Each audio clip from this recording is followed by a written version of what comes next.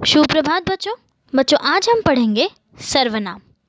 तो बच्चों, सर्वनाम ऐसे शब्दों को कहते हैं जिनका प्रयोग संज्ञा के स्थान पर होता है। तो बच्चों, आप सब संज्ञा का अर्थ तो जानते ही होंगे। संज्ञा का अर्थ है नाम, सर्व का अर्थ है सब, अतः सर्वनाम का अर्थ है सबका नाम।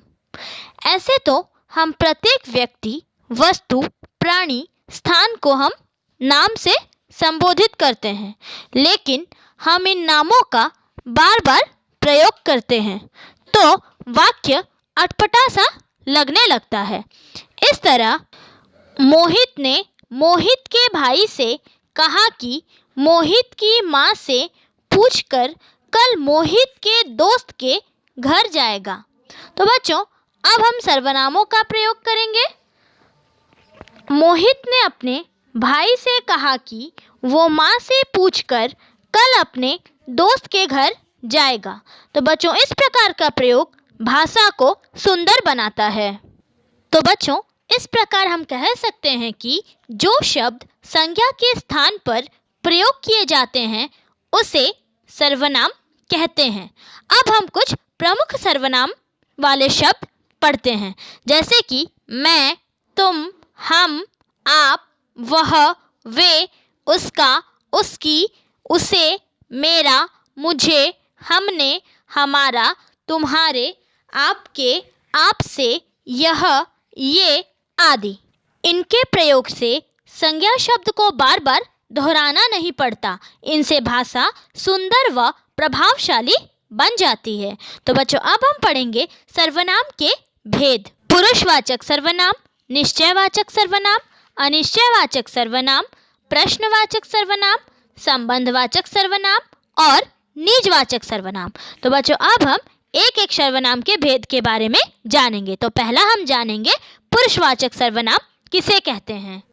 जिन सर्वनाम शब्दों का प्रयोग बोलने वाले, सुनने वाले या अन्य व्यक्ति के लिए प्रयोग किया जाता है तो उसे हम पुरुषवाचक सर्वनाम कहते हैं, जैसे कि मैं, तुम, वह आदि। तो बच्चों, पुरुषवाचक सर्वनाम के 3 भेद होते हैं: उत्तम पुरुष, मध्यम पुरुष और अन्य पुरुष। तो बच्चों, पहले हम पढ़ेंगे उत्तम पुरुष किसे कहते हैं। तो बच्चों, उत्तम पुरुष किसे कहते हैं?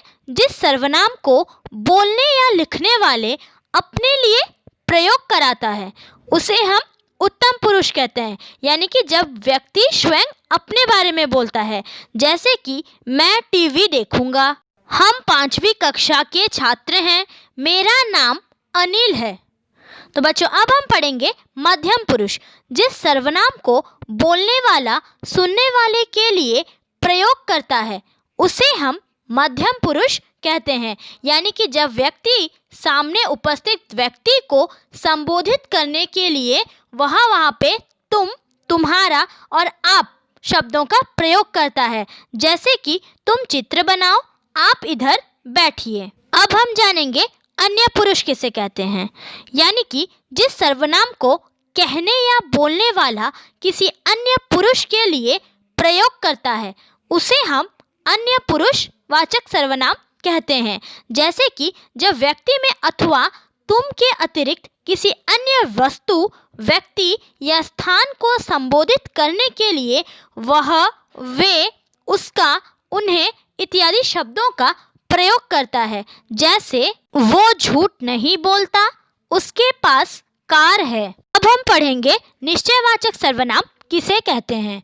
जो सर्वनाम किसी व्यक्ति अथवा वस्तु का निश्चित बोध कराते हों, यानी कि वे सर्वनाम जो किसी व्यक्ति या वस्तु की ओर सुनिश्चित संकेत कराते हों, जैसे कि यह किसकी टोपी है, वे हमारे दादा दादी हैं। अब हम पढ़ेंगे अनिश्चयवाचक सर्वनाम किसे कहते हैं। जिन सर्वनाम शब्दों से किसी निश्चित वस्तु अथवा व्यक्ति का बोध ना हो उन्हें हम अनिश्चयवाचक सर्वनाम कहते हैं। यानी कि वे सर्वनाम जो किसी निश्चित व्यक्ति या वस्तु का बोध नहीं कराते हैं। कोई गाना सुनाओ, कुछ रुपए माँ को दे दो, पार्टी खत्म होते ही सब चले गए। तो बच्चों, अब हम पढ़ेंगे प्रश्नवाचक सर्वनाम किसे कहते हैं? जिन सर्वनाम शब्दों का प्रयोग प्रश्न पूछने के लिए किया जाता है उन्हें हम प्रश्नवाचक सर्वनाम कहते हैं।